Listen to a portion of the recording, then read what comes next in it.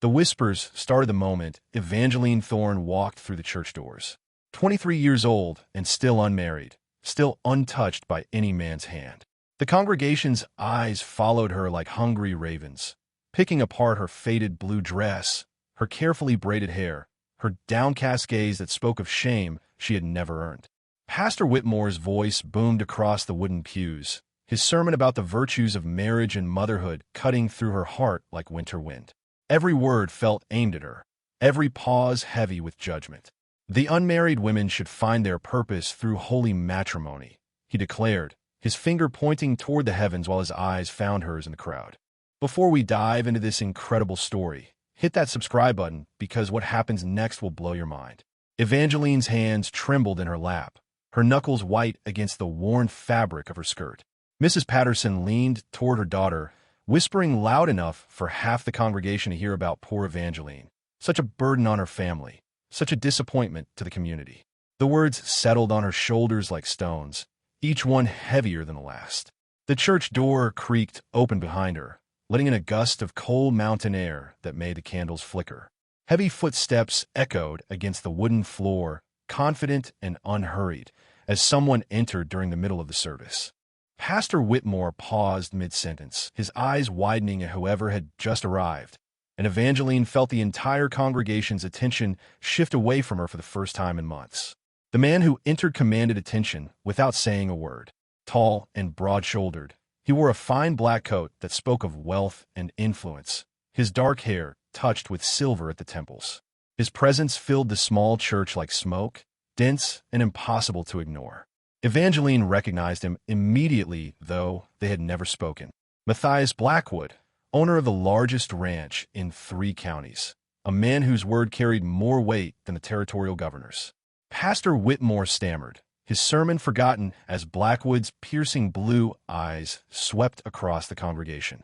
The man's gaze lingered on each face before settling on Evangeline, and she felt her breath catch in her throat.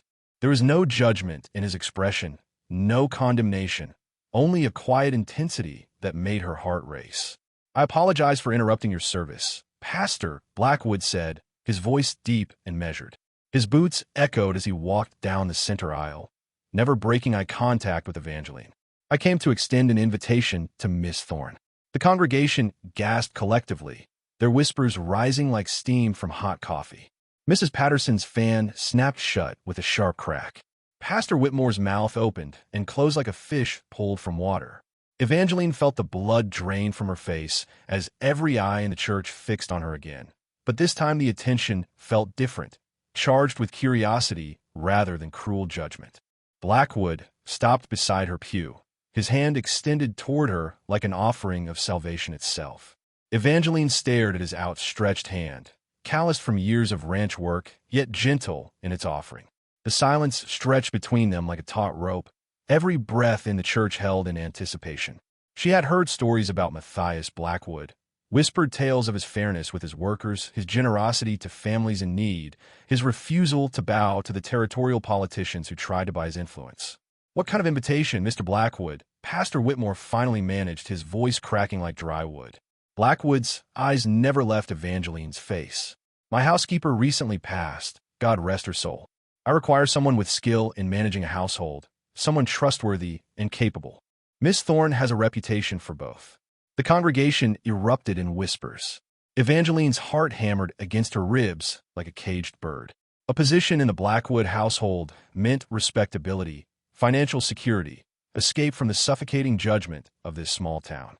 It also meant living under the same roof as the most eligible bachelor in the territory, a man who could have his pick of any woman, yet had chosen to remain alone. Her father would never approve. Her mother would be scandalized.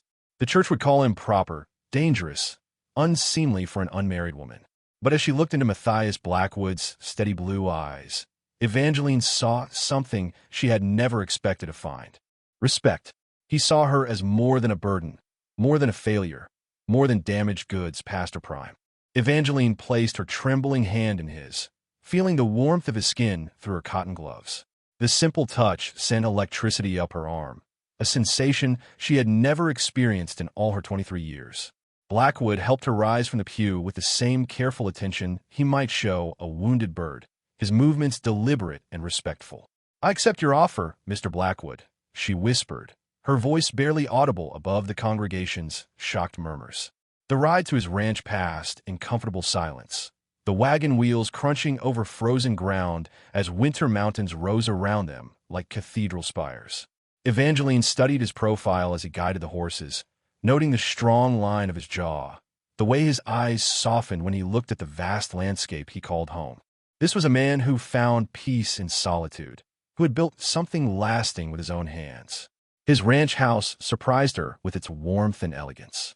Books lined the walls, quilts draped the furniture, and a fire crackled in the stone hearth. It felt like a home rather than a bachelor's quarters, carefully tended despite the absence of a woman's touch.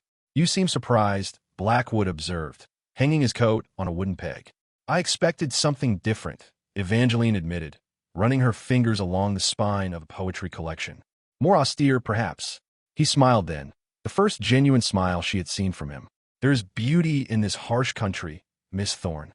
A man learns to appreciate the finer things when he spends his days fighting the elements." The first week at Blackwood Ranch passed like a dream Evangeline feared she might wake from. Matthias treated her not as a servant, but as a valued partner in maintaining his home. He asked her opinion on everything from menu planning to the arrangement of furniture, listening to her suggestions with genuine interest. When she mentioned missing the piano she had played as a child, he surprised her by uncovering the dusty instrument in his study. "It belonged to my mother," he explained, running his fingers along the ivory keys. "She died when I was 12. I have not heard music in this house since." Evangeline played a simple melody, her fingers finding their way across the keys like water flowing downhill. The music filled the silence between them, speaking words neither dared voice aloud. When she finished, she found him watching her with an expression so tender it took her breath away. "You have a gift," he said softly. "This house has been too quiet for too long." Their conversations grew longer each evening, stretching past the dying embers of the fire. He spoke of his dreams for the ranch, his plans to build a school for the workers' children, his frustration with the corruption he witnessed in town. She shared her love of books, her secret writings, her fears that she would never be more than a burden to anyone. "You are not a burden, Evangeline," he said one night, her name falling from his lips like a prayer. "You are a treasure this world has failed to recognize." The peace shattered on a cold February morning when Evangeline's father arrived at the ranch with Pastor Whitmore and two town elders. Their faces bore the righteous anger of men convinced they were saving a wayward soul from damnation. Matthias met them on the front porch, his stance protective as Evangeline watched from the kitchen window. "This arrangement is unseemly," Blackwood, Pastor Whitmore declared, his breath forming clouds in the frigid air. "An unmarried woman living under your roof brings scandal to both your names." "Miss Thorne is my employee, nothing more," Matthias replied, his voice steady despite the tension radiating from his shoulders. "She performs her duties with exceptional skill and propriety." Evangeline's father stepped forward, his weathered face hard with determination. "She belongs with her family until a suitable husband can be found. This charade ends today." The words cut through Evangeline like winter wind. A suitable husband meant whoever would take her despite her age, likely a widower seeking free labor or a man so desperate he would overlook her tainted reputation. She had tasted freedom, respect, the possibility of love, and now it would be stripped away because others could not imagine a world where a woman might choose her own path. Matthias turned toward the window where she stood, his eyes finding hers across the distance. In that moment, she saw him making a choice that would change everything between them. He stepped back from the men, his jaw set with resolve. "Perhaps there is another solution," Matthias said, his voice carrying across the frozen yard with quiet authority. The men turned toward him, expectation written on their faces. "If propriety is your concern, then let us address it properly." Evangeline's heart stopped as understanding dawned. He walked toward the kitchen door, his eyes never leaving hers through the glass. When he opened it, the cold air rushed in around him like a prophecy of change. "Miss Thorne, would you do me the honor of becoming my wife?" The words hung in the air like crystallized breath. Pastor Whitmore's mouth fell open. Her father staggered backward, as if struck. The town elders exchanged glances of shock and calculation, realizing they had just witnessed the most powerful man in the territory propose to the woman they had come to retrieve. Evangeline felt the world tilt beneath her feet. This was not the gentle courtship she had imagined in her secret dreams, not the gradual declaration of love she had hoped might someday come. This was a man throwing his reputation, his standing, his very future into the balance to protect her from a fate worse than death. She began, her voice catching in her throat. The weight of every eye upon her, the magnitude of the choice before her, the knowledge that accepting meant binding herself to a man who might be offering marriage out of duty rather than love. Yet in his eyes, she saw something that gave her courage. Truth. Whatever his reasons, Matthias Blackwood was a man of honor. Yes, Evangeline whispered, the word barely audible above the wind whistling through the pines. Then, stronger, with conviction that surprised even herself, yes, Mr. Blackwood, I will marry you. The transformation was immediate. Pastor Whitmore straightened, suddenly eager to perform a ceremony that would unite the territory's most eligible bachelor with a woman he had condemned moments before. Her father's protest died in his throat as he calculated the social elevation this marriage would bring his family. The town elders nodded approvingly, as if they had orchestrated this outcome themselves. But Evangeline saw only Matthias, the relief that flooded his features, the gentle smile that told her this proposal had not been mere strategy. He stepped closer, taking her cold hands in his warm ones, and she felt the rightness of it settle into her bones like coming home after a long journey through winter storms. The ceremony will take place next Sunday, Pastor Whitmore announced, his voice filled with newfound respect. I shall prepare the bands immediately. As the men departed, their mission transformed from rescue to congratulation. Evangeline remained standing in the doorway with her future husband. The silence between them felt different now, charged with possibility and promise. She was no longer the spinster housekeeper accepting charity. She was a woman chosen, valued, wanted by a man who could have had anyone. Are you certain, Evangeline? Matthias asked softly. This changes everything between us. I have never been more certain of anything in my life, Evangeline replied, surprising herself with the steadiness of her voice. For the first time since childhood, she felt the solid ground of belonging beneath her feet. The week before their wedding passed in a whirlwind of preparation and revelation. Matthias showed her the master bedroom that would become theirs, asking gently if she would prefer separate quarters until she felt comfortable. His consideration touched her deeply. This powerful man treating her comfort as sacred when so many others had dismissed her feelings entirely. They spent evenings planning their future together, mapping out improvements to the ranch, discussing the school he dreamed of building. Evangeline shared her secret writings, stories she had penned by candlelight during her loneliest hours.